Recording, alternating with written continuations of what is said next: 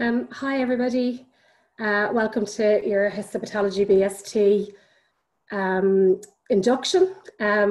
Congratulations, I suppose, first of all, on getting on the programme.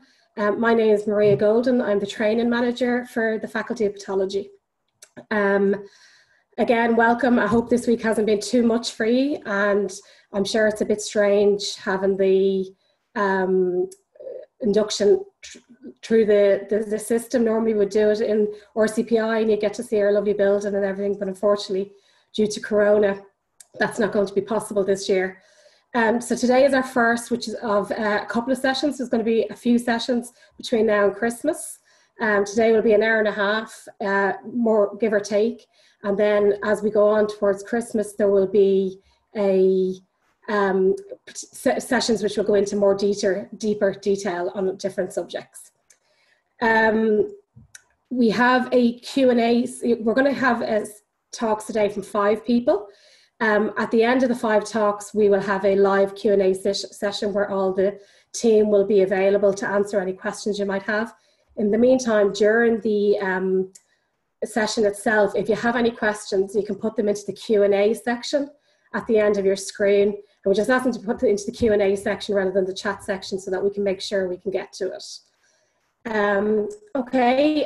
So what we'll be doing today then is we will be getting a welcome message from Professor Burke, who's the Dean of the Faculty, a talk about the training programme overall from Dr. Cynthia Heffernan, who is the co-NSD with Dr. Niall Swan. Then Lauren, who is going to be our training coordinator, and you're going to get to know Lauren really well, will give you a BST trainee journey, so the training journey from the college's point of view and the faculty's point of view. Then Keith Farrington, who's our education specialist, is going to give an introduction to ePortfolio and your curriculum. There will be a further in-depth detailed session on the ePortfolio in a couple of weeks' time, so this is just really a taster of it. And then finally, last but not least, Dr. Victoria Malone, who is one of our BST trainees, who's just finished and has started on the HST this week, and she's going to give you, I suppose, a real life, in-depth, what it's like to be a BST histopathology trainee. So that's it for the moment. I'll kind of come in and out as the session goes on, but firstly, I'm just going to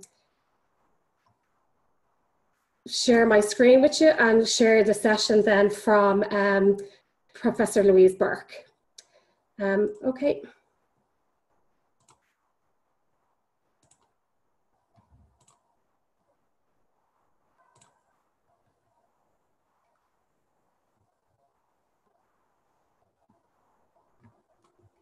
Good afternoon, everybody.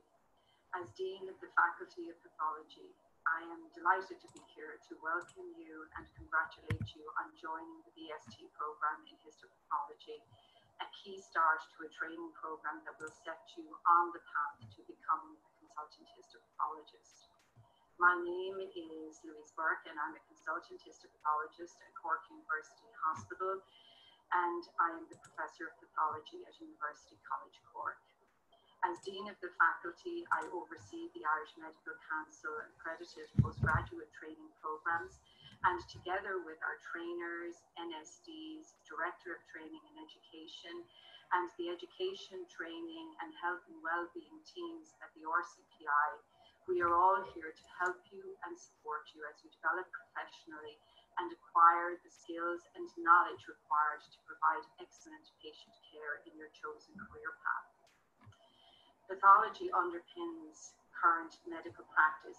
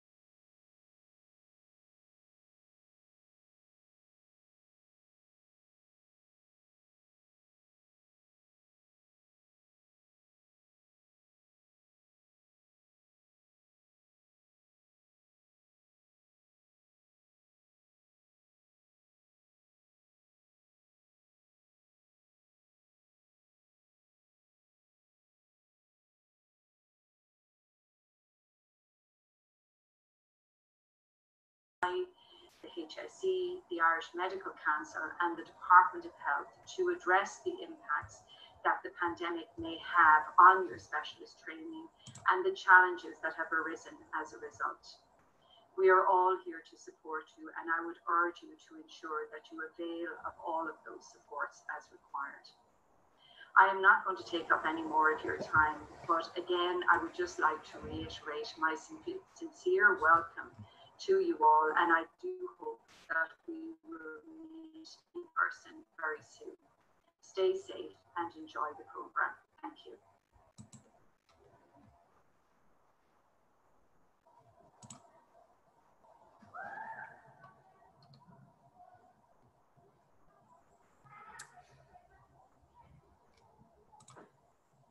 Apologies, I believe we missed a couple of minutes of it there. Apologies for that. If there's anything missed, I will answer it at the end. So the next person who's going to speak is Dr. Cynthia Heffron. She's the NSD for histopathology.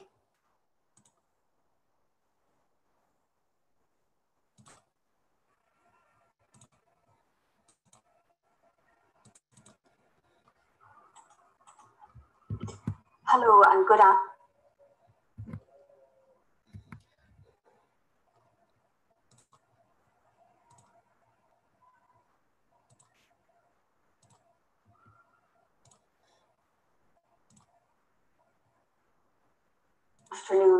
My name is Dr. Cynthia Heffron. I'm a consultant histopathologist in Cork University Hospital and the current National Specialty Director in Histopathology.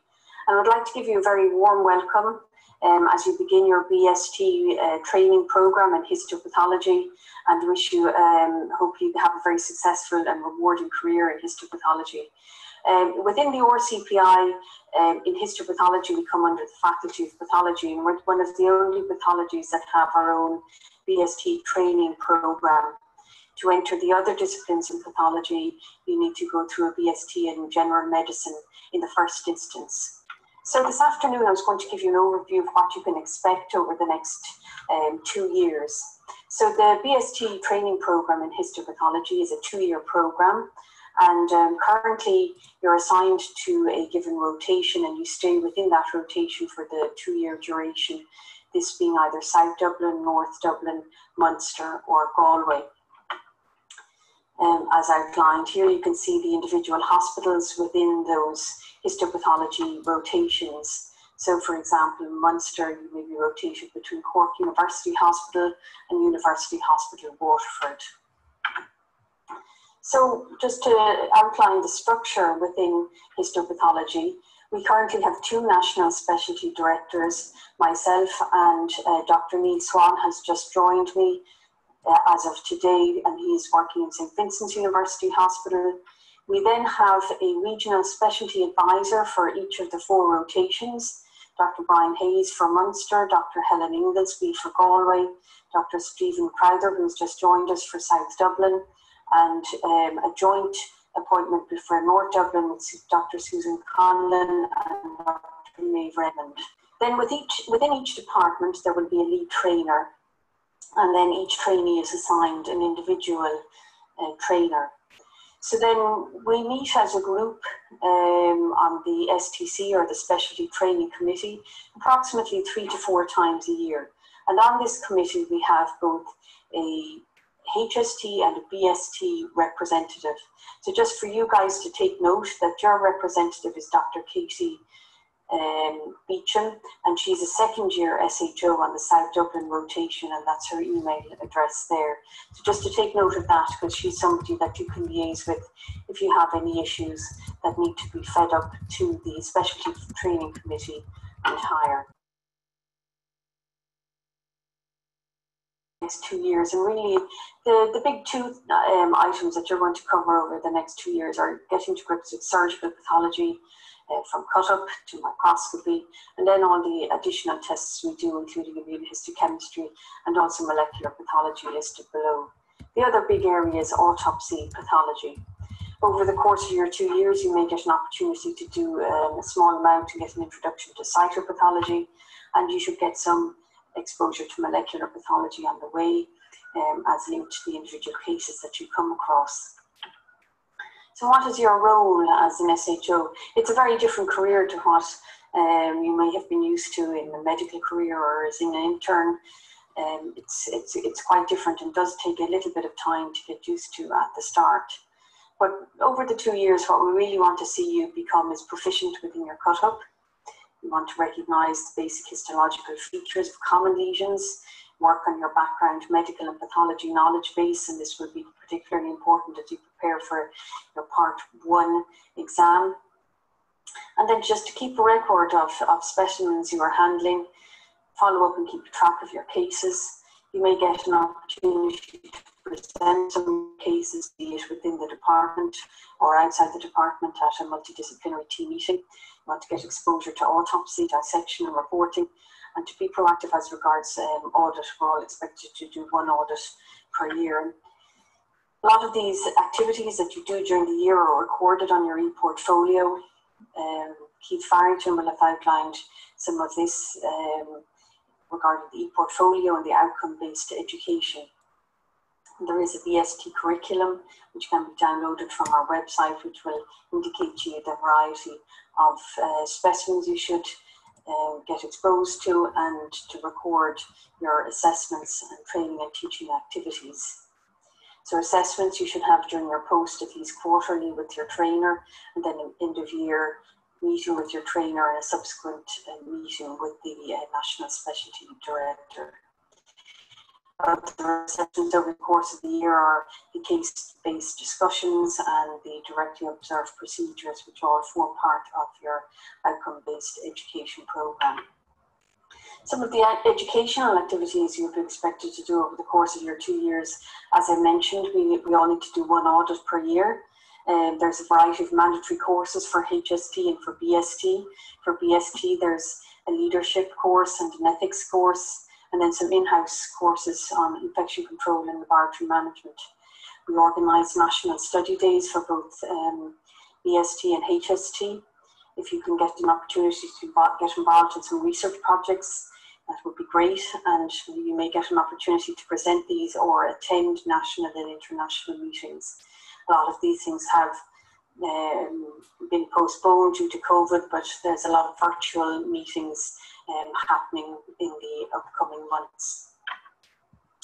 So just to be aware that opportunities for feedback and discussion of how things are going over the course of your training are very important, and you will all be assigned a trainer, and they're your first port of call to discuss how things are going.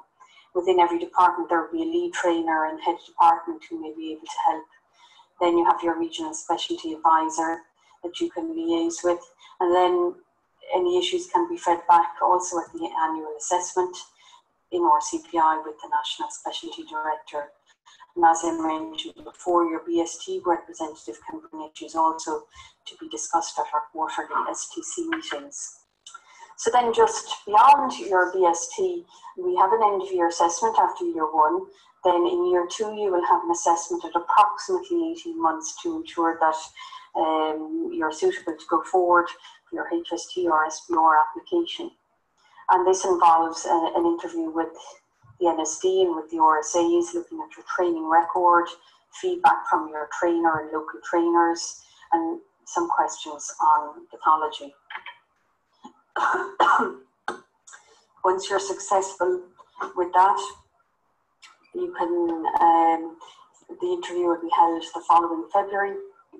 The ranking with this interview determines whether you get your first choice of rotation, and then we allocate posts in March.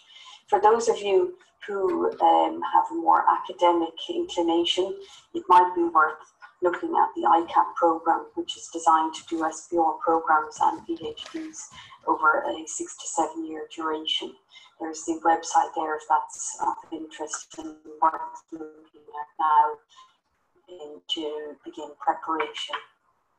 And like with most of our disciplines, we have exams, and we do our exams with the Royal College of Pathologists in the UK. This is their website if you want to take a look.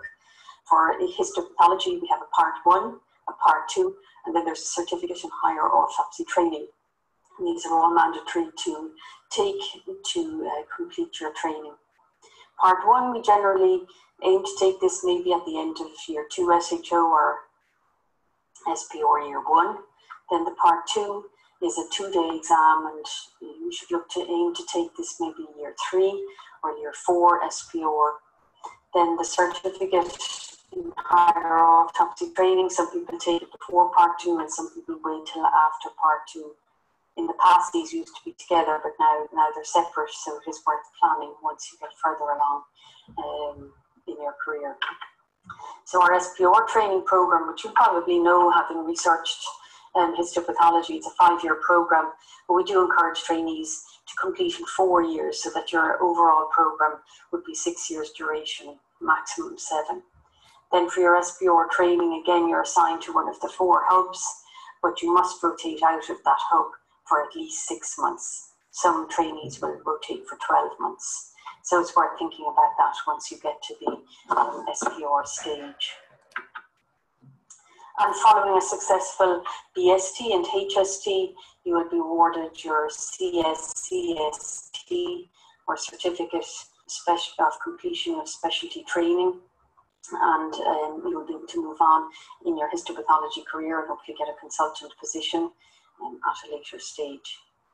And that's all I have to say to you this afternoon. I will be coming on later for the Q&A section of your induction day if you have any further questions or you want to ask me anything in relation to the BST or HST program in histopathology. Thank you very much for your attention.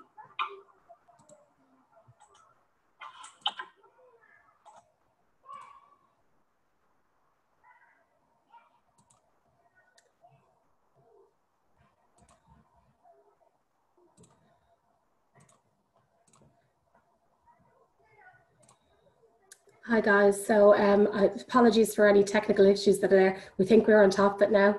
The only thing I suppose I can say is the histopathology is our first one to do, so I think we're on top of it now.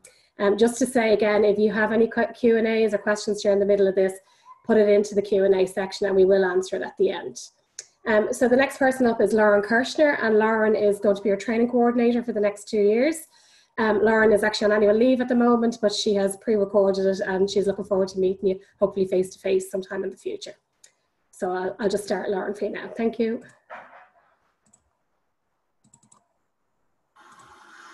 Hi all.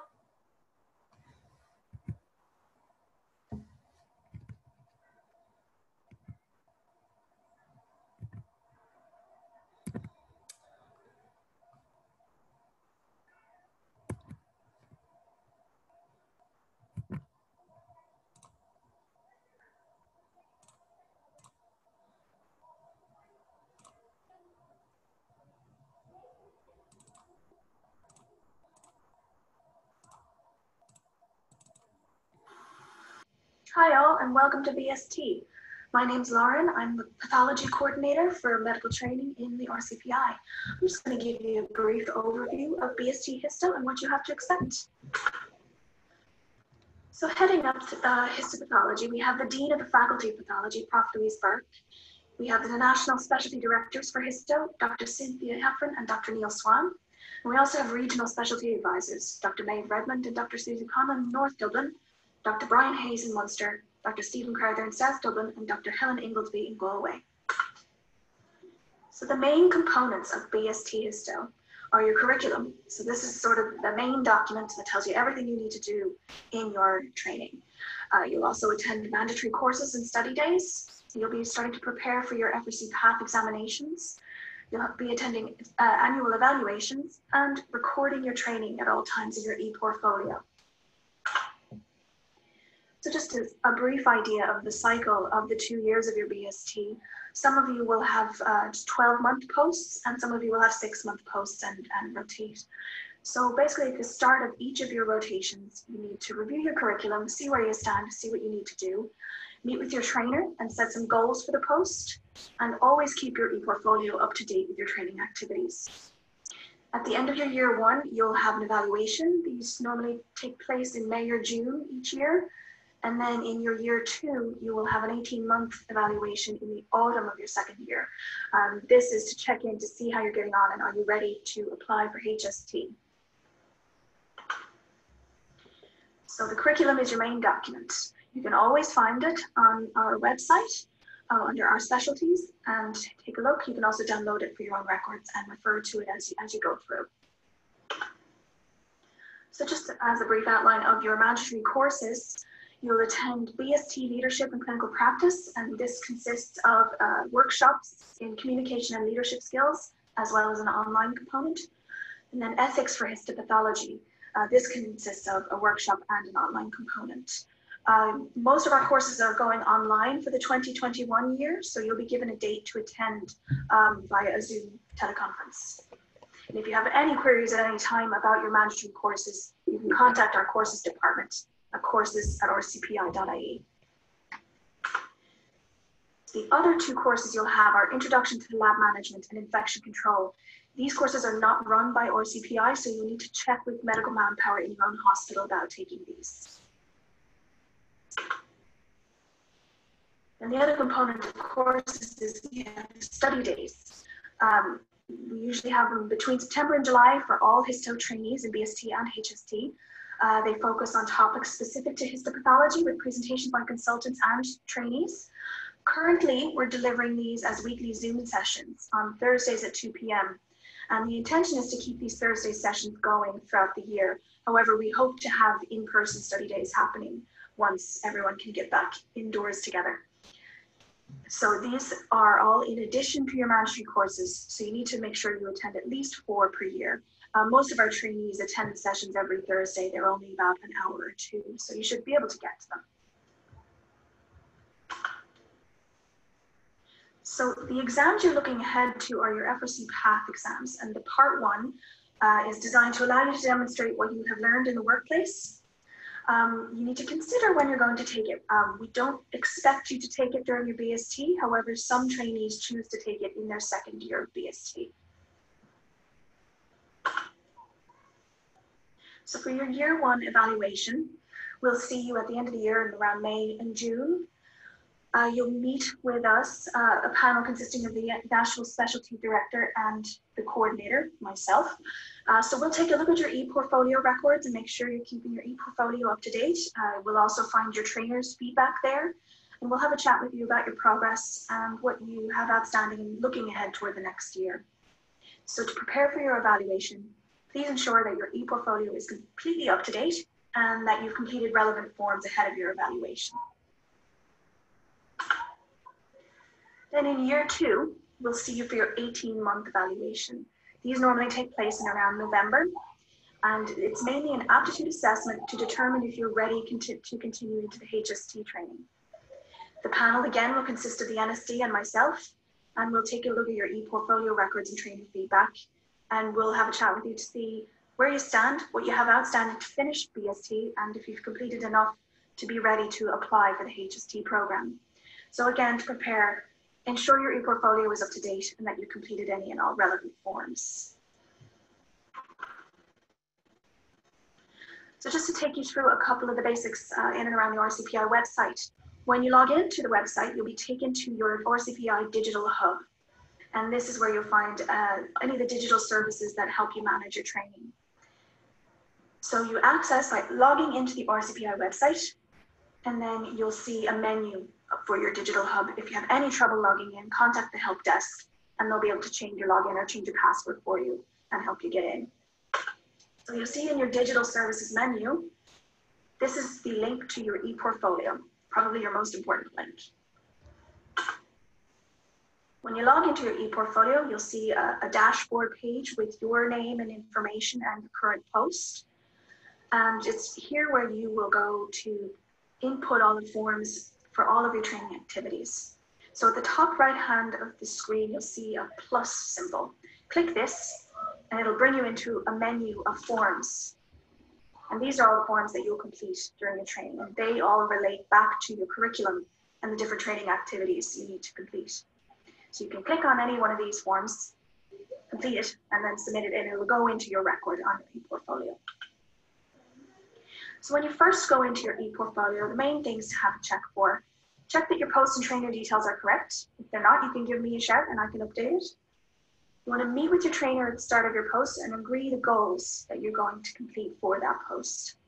And when you've done that, you want to complete a personal goals form with your trainer. And this will outline what you've agreed and what you've got looking ahead for the post. Always record your activities on a regular basis. It really helps if you keep on top of it rather than trying to cram everything in right at the end.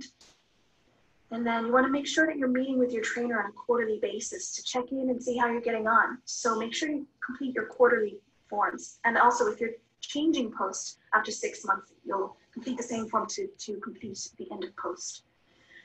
And make sure that you submit anything that you've done on ePortfolio before you finish in the post, because once you change over the post, you won't be able to go back and update previous posts. And the next item in your digital services is your Brightspace. And this is where you go for any of the courses that you take. You'll find course materials, online components, and anything to do with your mandatory courses and also study days. So it's our RCPI virtual learning environment, and it has contents for both your online and offline courses and study days, any online courses that you choose to take, and this is also where you'll submit feedback and get certificates of attendance. The menu of the Brightspace kind of looks like that. You'll have a menu there with any of the courses that you've been assigned to or that you've signed up for, and you can find a calendar of all of your courses as well. A few other bits in your digital hub. You have automatically been signed up to some online journals and research services and anything from the rewards scheme. So just to get started in the BST, familiarize yourself with your curriculum. It's the most important document you have. Meet with your trainer and find out what your goals are. Get to know your digital services. Have a look around when you log into the website. Start using your ePortfolio as soon as possible so you can get used to it and find your way around. Have a look into your mandatory courses so you know what to expect. And most importantly, look around at all the learning opportunities available to you. This could be in your hospital, this could be online, this could be through RCPI. So just to remind you, before you complete your rotation, just make sure you have everything done in your ePortfolio that you need to have done, and that any forms that require trainer sign-off are signed off. And then you'll be asked to complete a training post evaluation after post so that we can get feedback on the training posts and ensure that trainees are getting what they need. So if you need support at any time, there's a number of ways to get it. You can talk to your trainer or the NSD or the RSAs. You can talk to me. You can talk to your trainee rep. We have a health and well-being department in RCPI that you can always contact, manpower, occupational health, and you can submit feedback through the training post evaluation if you'd rather remain anonymous. So just some contacts for you. I'm Lauren, so you can email me anytime and I'll be there to help. And then we also have some regional offices where you can contact coordinators on site. So thank you very much. Welcome to BST, and I hope everything goes great for you.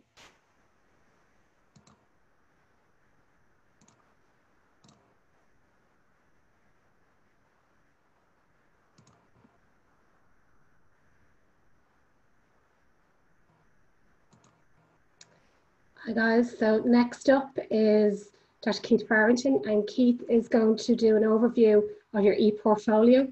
As I said previously, there will be a more in-depth session on the ePortfolio going forward and before Christmas. So this in a way is just a little taster.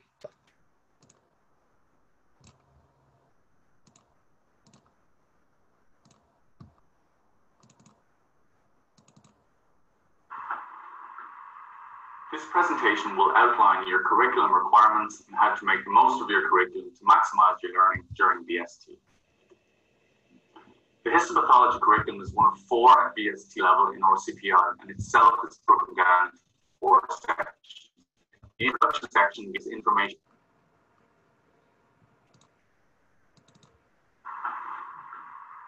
This presentation will outline your curriculum requirements and how to make the most of your curriculum to maximize your learning during BST. The histopathology curriculum is one of 4 at BST level in RCPI, and itself is broken down into 4 sections. The introduction section gives information about the program. It outlines the rules governing entry to and exit from the program and how you interact with the college. The generic skills section is based on the medical council domains of good professional practice and outlines the skills and behaviours that every doctor should be able to demonstrate. The histopathology section is specific to histopathology and outlines the requirement of the curriculum in terms of surgical pathology, autopsies, report writing, and so on. The concurrent training activities outline the different types of courses and study days that you need to attend, along with other activities such as NDT meetings, research, perform audit, journal clubs, and so on. The histopathology curriculum at BST level is an outcomes-based curriculum. So what does that mean? Well, outcomes-based curriculum is based around splitting a curriculum into a number of goals, and within each goal are specific and multiple outcomes that need to be demonstrated. So achieving an outcome means that you reach a specific and predefined level of proficiency in that area. And numerous different tasks need to be fulfilled and assessed in order to demonstrate that you've reached that outcome. So you need to achieve specific goals and demonstrate proficiencies. In doing so, you will receive formative feedback and undergo numerous self-assessments. So what are these goals and outcomes? Well, the example on screen here of the goal is reporting of surgical and biopsy specimens. And this goal is broken down into 6 different outcomes. We have surgical pathology, staining, cytopathology, autopsy, observing molecular pathology, and indications for ancillary tests at autopsy. So we further break this down with CR.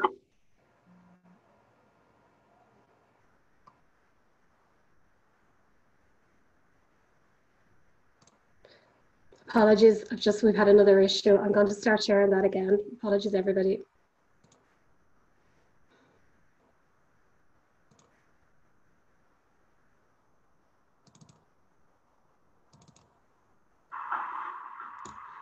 This presentation will outline your curriculum requirement.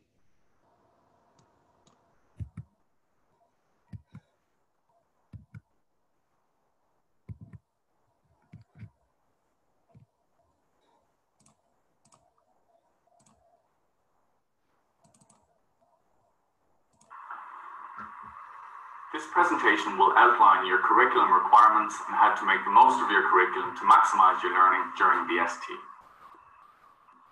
The histopathology curriculum is one of 4 BST level in our CPI, and itself is broken down into 4 sections. The introduction section gives information about program. It outlines the rules governing entry to and exit from the program and how you interact with college. The generic skills section is based on the medical council domains of good professional practice and outlines the skills and behaviours that every doctor should be able to demonstrate. The histopathology section is specific to histopathology and outlines the requirement of the curriculum in terms of surgical pathology, autopsies, report writing, and so on. The concurrent training activities outline the different types of courses and study days that you need to attend, along with other activities such as NDT meetings, research, perform audit, journal clubs, and so on. The histopathology curriculum at BST level is an outcomes-based curriculum. So what does that mean? Well, outcomes-based curriculum is based around splitting a curriculum into a number of goals, and within each goal are specific and multiple outcomes that need to be demonstrated. So achieving an outcome means that you reach a specific and predefined level of proficiency in that area. And numerous different tasks need to be fulfilled and assessed in order to demonstrate that you've reached that outcome. So you need to achieve specific goals and demonstrate proficiencies. In doing so, you will receive formative feedback and undergo numerous self-assessments. So what are these goals and outcomes? The example on screen here of the goal is reporting of surgical and biopsy specimens.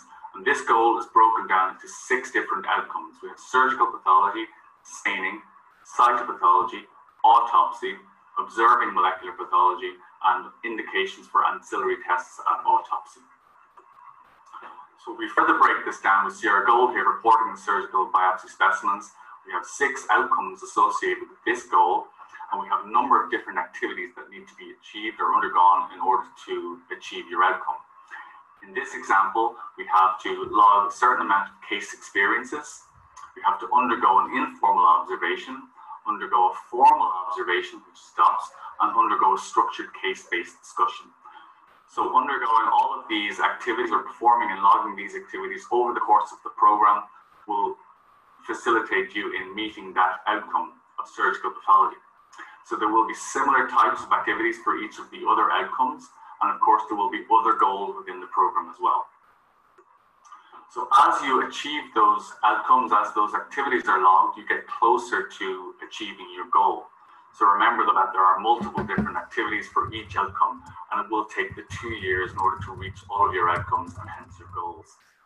At the end of the 2 year, you'll see that all of your activities have been logged, meaning all of your outcomes have been achieved, and therefore all of your goals have been achieved and your program is complete. So what is in the curriculum? Well, as we've already alluded to, it's broken down into a number of different sections. The core professional skills, which is the generic competencies, comes from the Medical Council, and it's based on the 3 pillars of professionalism, those being partnership, practice, and performance. The histopathology specific element of the curriculum is broken down to 4 sections: general laboratory activities, microscopic examination, and report writing. And as we've already said, the concurrent learning is broken down into educational activities, which is comprised of your study days and courses, and collaborative activities, so other areas such as MDT meetings, journal clubs, grand rounds, and so on. So to break these down a little further, the 3 pillars of professionalism are broken down into these areas shown on screen: partnership, practice, and performance. So not every element of these areas will be relevant to every doctor in all specialties, but I would encourage you to go through your curriculum and read this document in more detail. The histopathology specific section then. So this has been broken down into 4 areas. We've got general laboratory activities. That itself is comprised of surgical pathology, molecular pathology, cytopathology, and autopsy. The microscopic examination section is based around specimen dissection and autopsy examination. The microscopic examination section is based around, as we've seen in our example, reporting the surgical and biopsy specimens, and you've seen the types of outcomes associated with that. And then report writing is based around preparation of both histopathology and autopsy reports. And it's important to remember that each of these goals will have associated outcomes and activities that need to be performed during the duration of the program. So in terms of logging and activities, what is it that you need to do? Well, you need to log your activities on our e-portfolio system, which is called Kaizen. And all of the different forms have been set up for you in advance. So if you want to look, for example, at case experience, you need to go into Kaizen, hit this plus sign, and you'll find there are forms that are specific to case experience. So there are a number of different activities which are based across all of the different outcomes that require logging case experience. You can see here it's performing microscopic examination of specimens, performing an autopsy, and this example highlighted on screen, again, we're using an example of performing a microscopic examination of surgical pathology specimens. So in this instance, this is the one that you would select. When you select that activity, there are a number of different questions that you're asked about the activity in the form, such as whether it's a resection or biopsy, the type of sample examined, did the sample require special processing, the type of staining that you may have had to apply to the sample, and what level of supervision you underwent, you performed your assessment in, and how often you work on or observe cases like this. So all of these areas need to be completed. So in this instance, it was a resection. The type of sample examined was a lung. The sample was fresh. There was no staining involved. Carried out under direct supervision. And this is something that this training sees on a daily basis. The other options there would be weekly, monthly, or occasionally. When you've logged all that information, you click Submit in the top right-hand corner of the screen.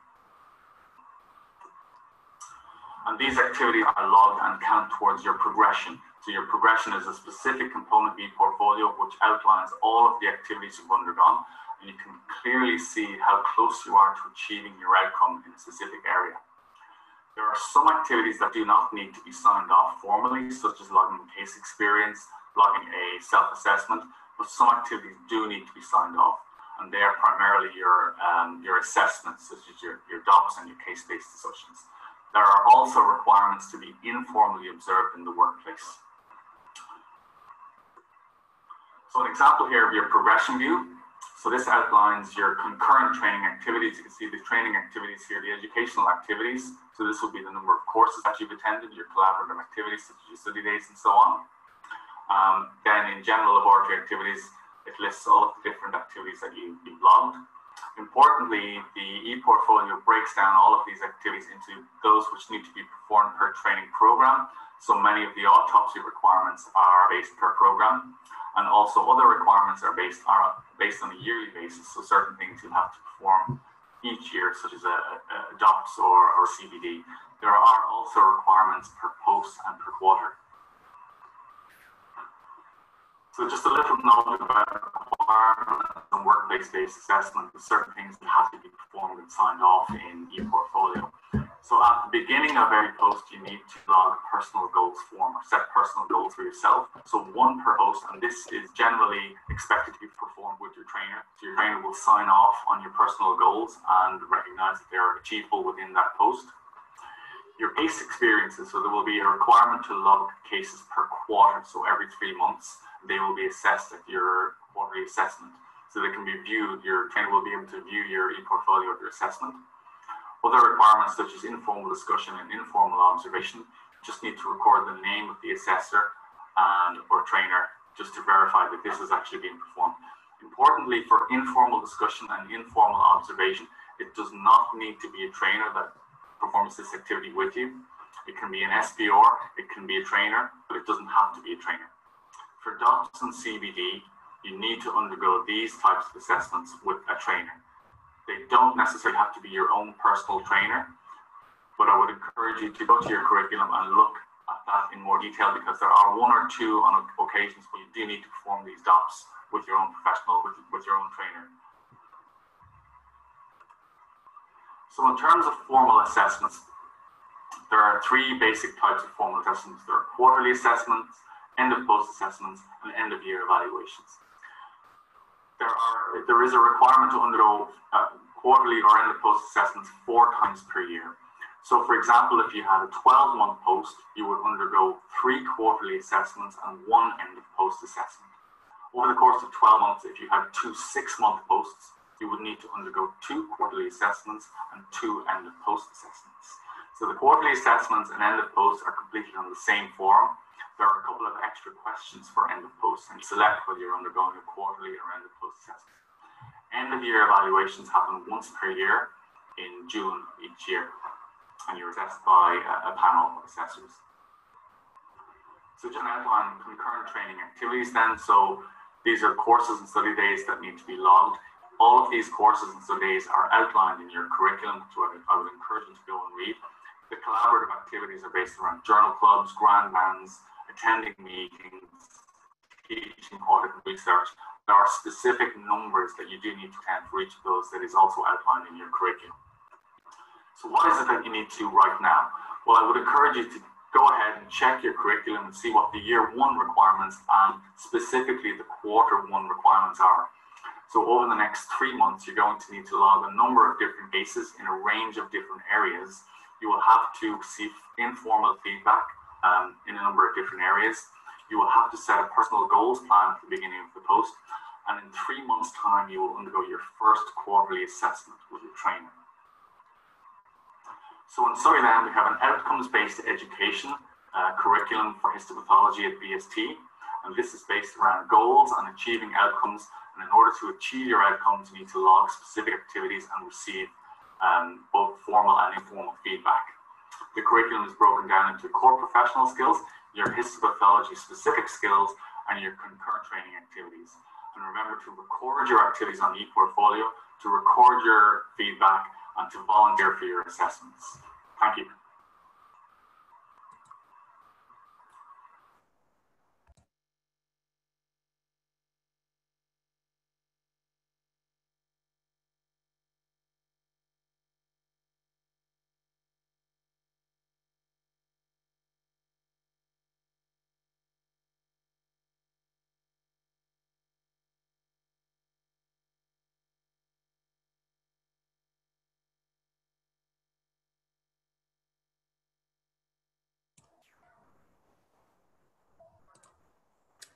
Hi, so our last talk before the Q&A is Dr. Victoria Malone.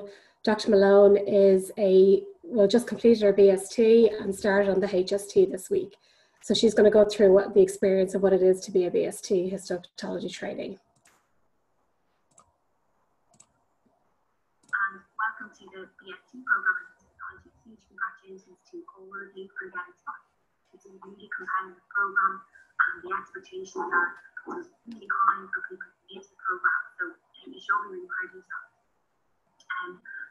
You know, it's a really good 2 years, and if you need we covered the job today with some of the things to expect. I'm based in London, and I'm just after finishing with the BST program in psychology and starting on the HST training scheme. So hopefully some of these tips may be useful for you. So just first about the training pathway. So here we are today, right at the beginning of BST, and the program, as I said, is 2 years, followed by which you start the HST program, and that lasts for 4 or 5 years, depending on exams and so on. And then after that, you get your CFPD, there's a celebration, once you start microbiologists, you might have consultants, but really the word is not always turned. And things that can happen then during the program are important milestones to discuss. So early on in the second year of the BST, we have a pre-HST application assessment where you will be asked some kind of technical questions just to make sure that you're getting it before you apply for the HST program. And the HST interview happens in spring of the second year of BST, and that determines who goes where for HST schemes. Most people go straight through. There isn't tend to be a big gap, but the specialties are going to social manage for a few years before getting to the specialty. So one day one specialty is psychology, but I guess a lot lies in that interview content. With regard to exams, people tend to do the Everest Part 1 examination either towards the end of BST or early in HST. CHAT is the autopsy examination. People tend to do that early or mid portion of the HST program. And then the Everest Part 2 is actually an exam, and that happens pretty much at the end of training. Before people get to the SBST, is usually the last hurdle before being awarded completion of training. So I know many of you have gone to histopathology labs around the country, but we've started evolving through some of the different things we come across and some of the expectations. So we've got surgical pathology, with cytology, frozen sections, autopsy, and neuropathology. And I guess in your average, these things we come to taking. When it comes to surgical pathology, the first component will be the microscopy. So the specimen comes into the lab, you look for pre-histology and radiology, and photograph the specimen, you input if it's necessary to do so, you open the specimen to allow it to fix. It goes in formula overnight. Hospitals have templates and local protocols, so use those resources to help you properly open the specimen. And put your name or initials on the top of the pot, put the date of the open, and that helps for the next day.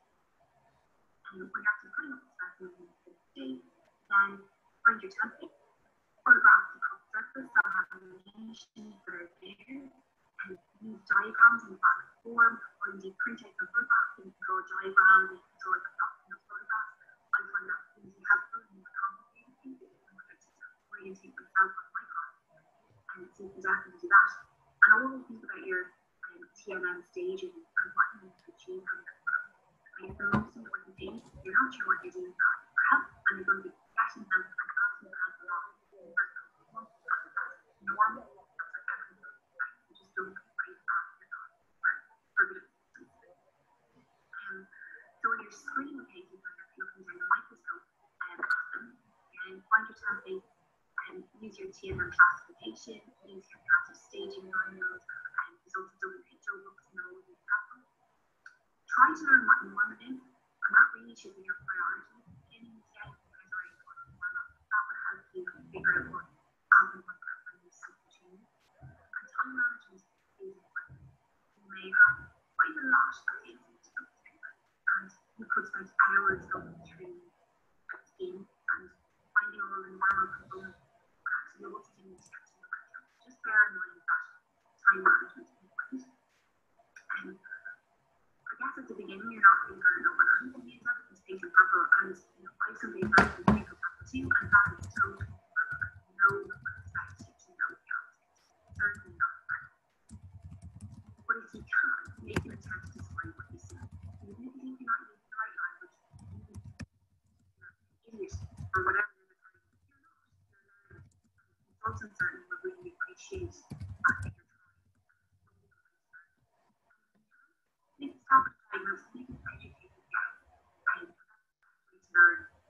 by getting things wrong, getting bits right, and it actually will boost your confidence when you kind of go down the right track and you start to see progress. Coding cases and using snowman codes is something that you may not be familiar with. It's really important for quality of work. So ask your colleagues for those codes and what needs to be done, just in case of looking up code within the number or whatever time process it is. Just make sure that you're doing that well. There's a really good website called Mail, which is really for normal histology. So there's a link to here at PowerPoint, and we recommend for something to take a look at some of those and help you identify normal structures. So here's a portion found. So you have the mucosa at the top, you have the muscularis here, the thin middle layer or muscular mucosa, the thin middle layer below the mucosa. You have the submucosa, so the big vasculature here, and then we have the muscularis protein, the longitudinal circulation. So this website is really good, it enables everything for you. So I absolutely recommend that. Non-cytology, and some of you will have a little bit of it, but it's liquid-based preparations. And because you don't have histological architecture to work on, camping structure tends to be something that people worry about not attached to them. So you definitely hear a lot of cytology. Try not to panic too much. Do structures and certainly your objective at the beginning is just to familiarize yourself with new work. And this particular material, chasing pathology outline, and the malignant globular breast carcinoma. We can do people with patient exams, but get your eye into what's normal, and then you'll be able to figure out the important features. One thing I will say is pathology is to have a component that the senior trainee tends to want to get access to pathology. That's completely reasonable, and they need that. But your training is important too.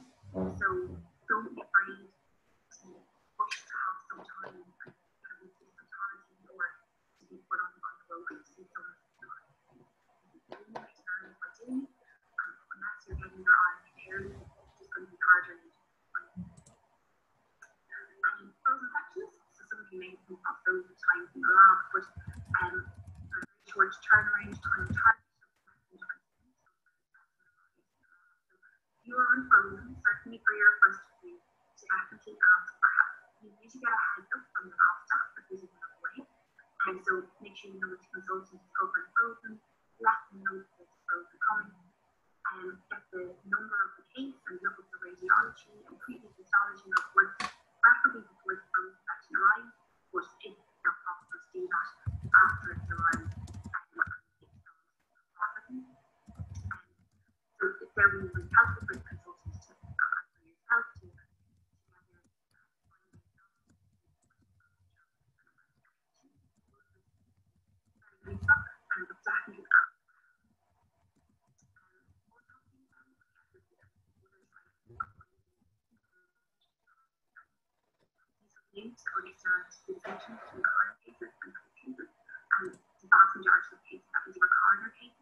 make sure your paperwork is on the right medication. Make sure your paperwork is the radiologist knows more knowledge and help start before you discuss the case. That will help you focus on the autopsy examination. Keep a record then of all of your cases. Autopsy cases will be your responsibility and in vast majority of institutions to finish up. So you need to keep a list of them, make sure that you're blocking right, and then ask yourself for helping you to see that. And maybe for the toxicology or neuropathology, the record of what you've done and make sure you know. The other thing to mention is that you're paid for the extra for autopsy, and you're paid by the Department of Justice, so once you pay the coroner's office, which goes work for that. When you keep writing at autopsy for neuropathology,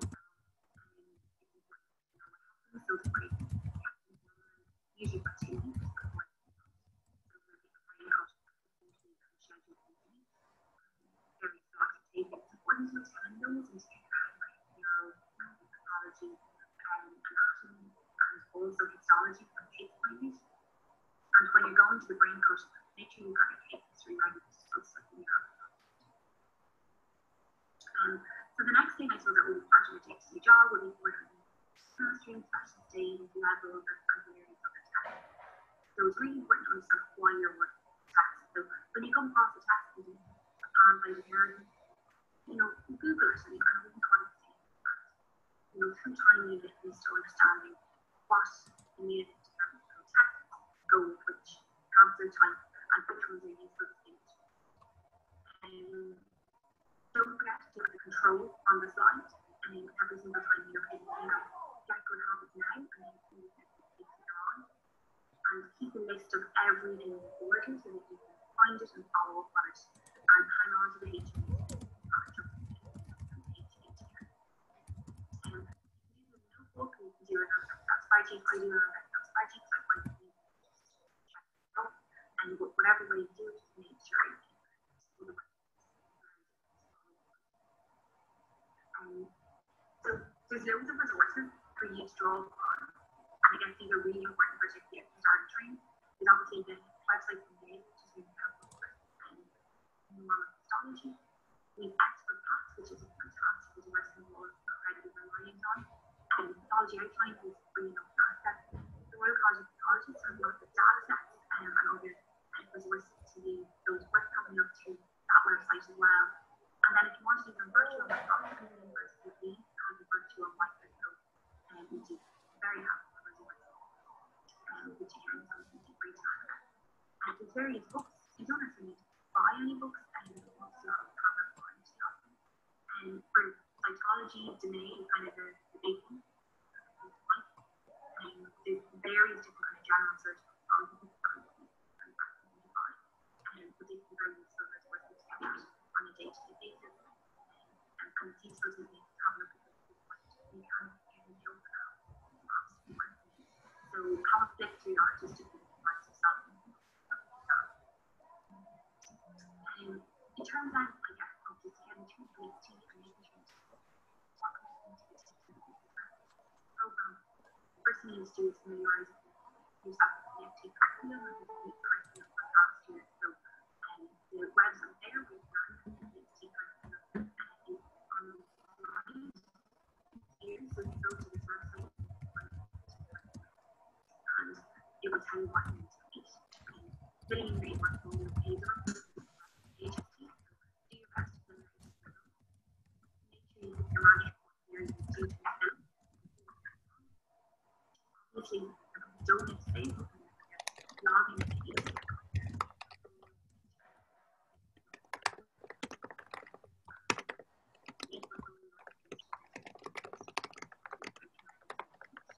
So make sure that you log those items and that you sign up for the training before you get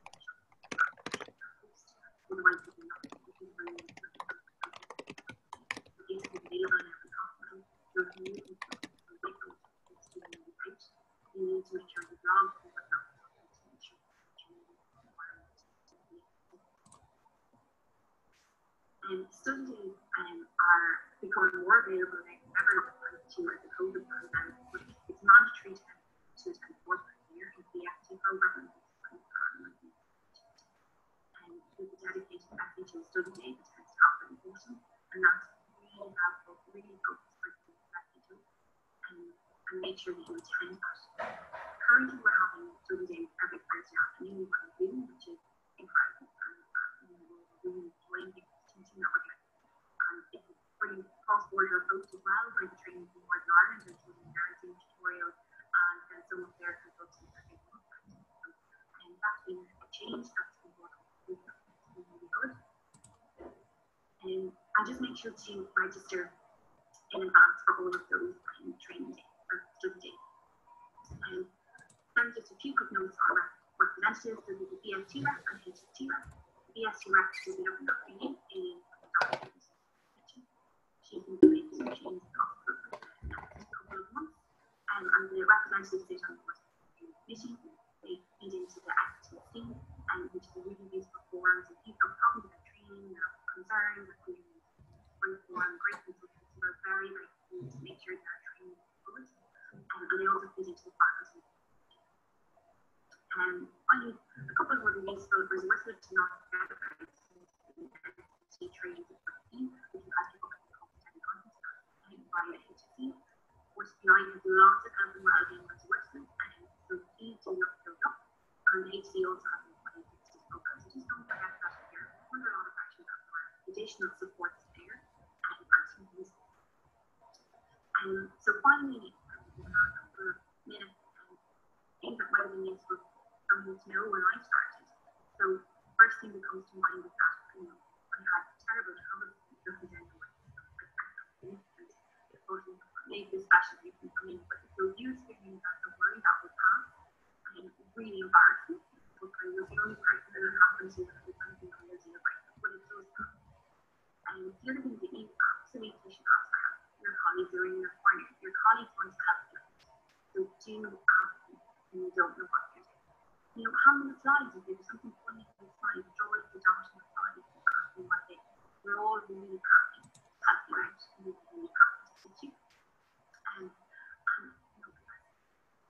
All of the colleagues for the presenting future. So you go to your colleagues, they'll be good to you. I think that's kind of the thing. So anyone has questions or queries, I'd be really happy to answer them. And I said I'm very happy for our meeting to email me the document that's going to pass it on. And if I can help in any way, I'd be more than happy to do so. I suppose just to reiterate congratulations, and I think you're going to have a really great 2 years and best of luck.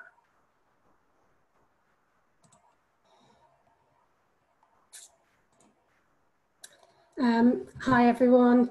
Sorry now, I know the sound on that one was a little bit off, but we have got a recording that we can send around to everybody. Sorry, I meant to say it at the top that we will send around all these recordings to you so you'll be able to access them and all going forward. So I suppose now we can just invite all the panel members in and we can get to some of the questions.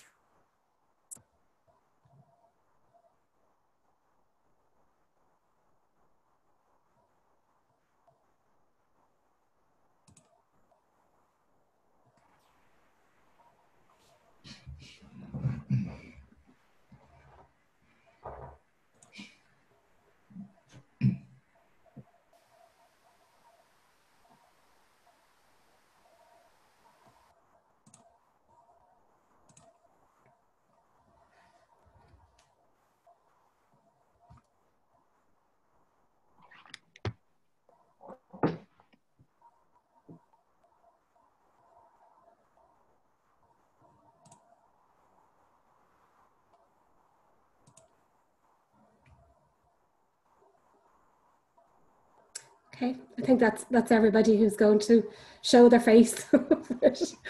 So, thank you everybody, and I hope they found it enlightening. I might just go through the questions. Is that the way you'd like to do it first? Will I go through the questions that have come up throughout it? Yeah, okay. So there's the first question: how will more communal requirements be evaluated this year? Ones such as MDT, conferences, etc. MDTs have seemed to stop for the matter, for example. Cynthia here. Hello to everybody. I'm the current NSD in histopathology, along with Dr. Neil Swan, who's just joined me as NSD. I suppose as regards MDTs, you're in your first year as a BST. I wouldn't get too worried about MDTs and meetings like that at the moment. I kind of feel your priority now, like in the first, certainly the first 6 months, is to get to grips with your macroscopy and microscopy. That's really important. Getting familiar with what's normal and what's abnormal, both down the microscope and in the cutter room. So I think I would focus more on that, and we'd have to see over time. It is an unusual time, I mean, with things the way they have been, and we're kind of trying to work, it's harder for maybe some of the more senior trainees, and we're trying to work around things. But I really think for yourselves, focus on the macroscopy and microscopy, and another few months or in 6 months' time, things will be different. You get more opportunities to do things such as MDT, the meetings. Yeah, Neil here. I'd agree with Cynthia. It's not a priority for you as starting off, but yeah, each hospital's different now. Here in Vincent's, I guess we have a WebEx kind of MDT setup that we can get access for our trainees to WebEx in and observe. I know medical students have just started coming back here this week, so possibly other centres are looking at that as an option for people. So you could explore that with your trainers if there is remote access possibility to some MDTs. But again, it's not a priority really for you, other than just to know what it's all about.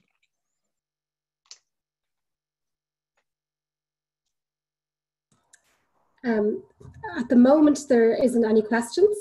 So I don't know, Professor Burke, if you want to say some more, to put you on the spot. We'll just wait till we have some questions. Well, I'm just here in support, because they're in very good hands with both Neil and Cynthia and the team, who will be able to answer all the questions better than I would. But again, I just want to reiterate a welcome to them all, and just, I guess, to reiterate to them as well, just keep in contact with us, keep in contact with your trainers and your NSDs. It is a very unusual time, and they will find it strange. And I guess it is important that they let us know if they're having any difficulties, so that we can do something about it in real time. So it's just, again, another very big welcome to them all.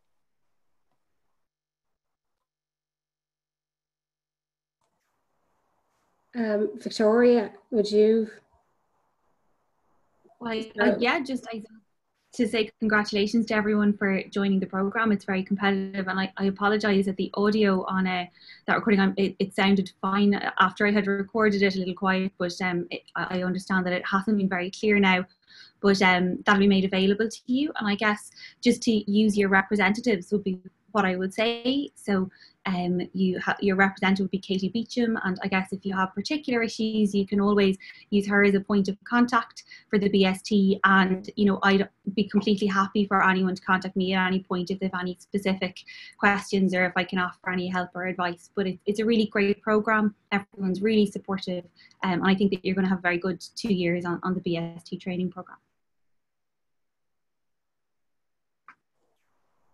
I don't know, is everybody very shy, or was the presentation so good that we don't have any questions? Dr. Harfin, do you have anything to say before we? Well, I suppose, as you said, there's they've had quite a number of presentations from different people, both within the college, from myself, from Victoria, and the welcome from the Dean. And I suppose there's a lot of information to take in this afternoon, so they may want to go home now and mull over it. And I suppose over the coming months, as they settle into their BST scheme, they may have more questions. So I'd say there's a lot of information, but again, reiterating what Victoria and what our Dean, Professor Louise Burke, has said, just to welcome you all as new BSTs in histopathology, and I hope you enjoy and settle into your various hospitals. Well, it's a different specialty. It's probably very different to what you've experienced in the last year or the last few years. So it does take a little bit of time to get used to it, and that's why I was saying kind of focus on the macro, the microscopy, and getting to grips with the basics. But you'll be surprised how quickly you'll become an integral member of your team within the hospital you're in, and a very integral member that we'd be lost without you. And it's amazing how quickly that happens. And I do wish you all the best now as you proceed forward.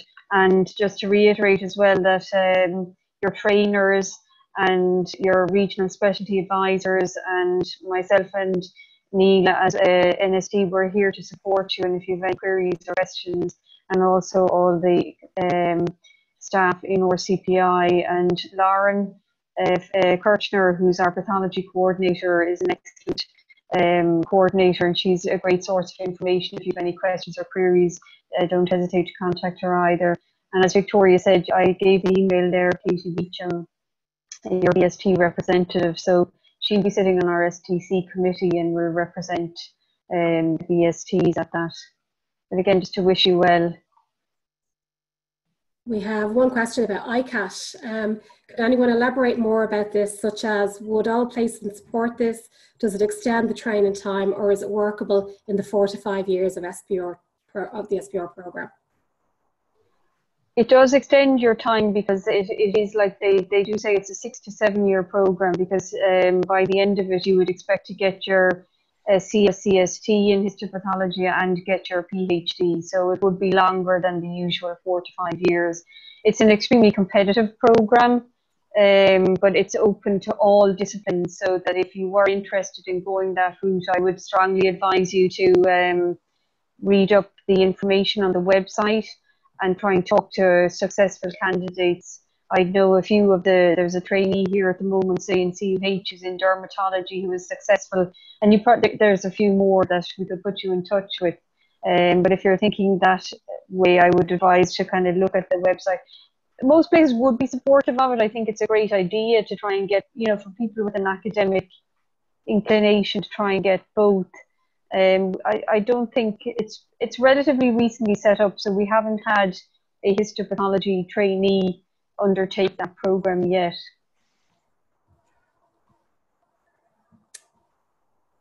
Okay, there's no other questions. I suppose just to reiterate from myself here that myself and Lauren will be available for any training related questions you have. So same with Keith from an e-portfolio and curriculum point of view. We will be sending you all the talks that we had today, which hopefully without the first couple, which were a little bit shaky getting them going.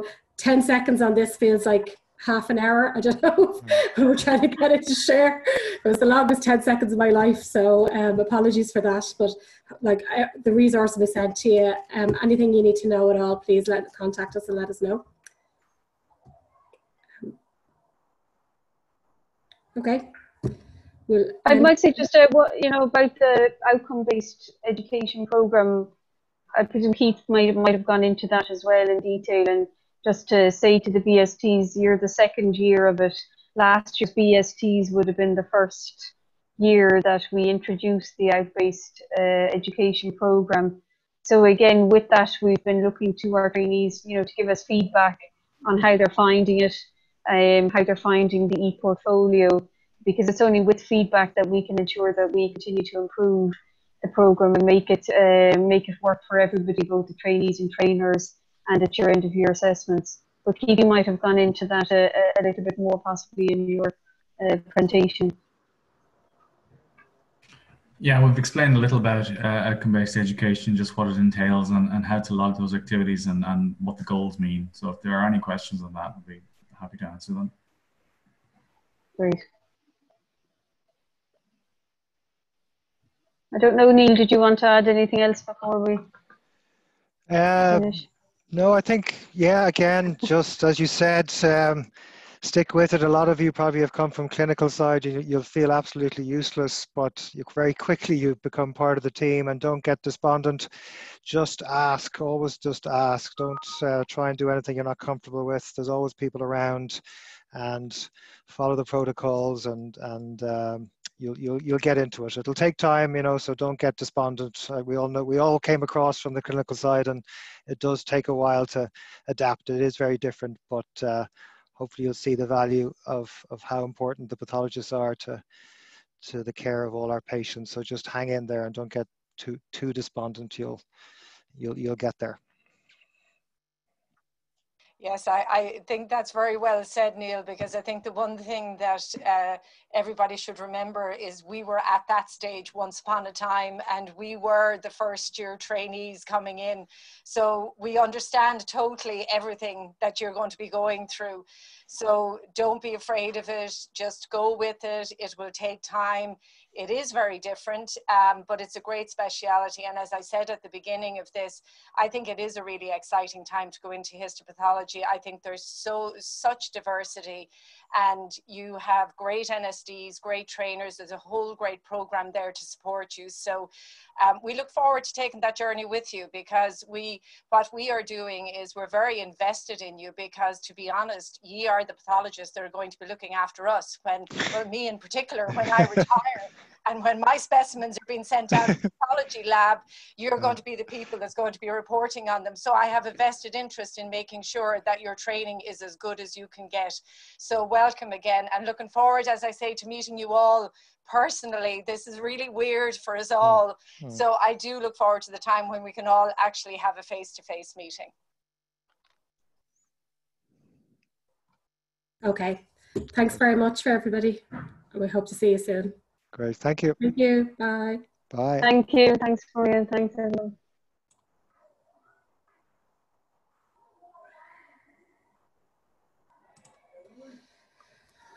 Whew. Maria, what was going on with the video? Just wait 1 sec. Huh? Just wait a sec.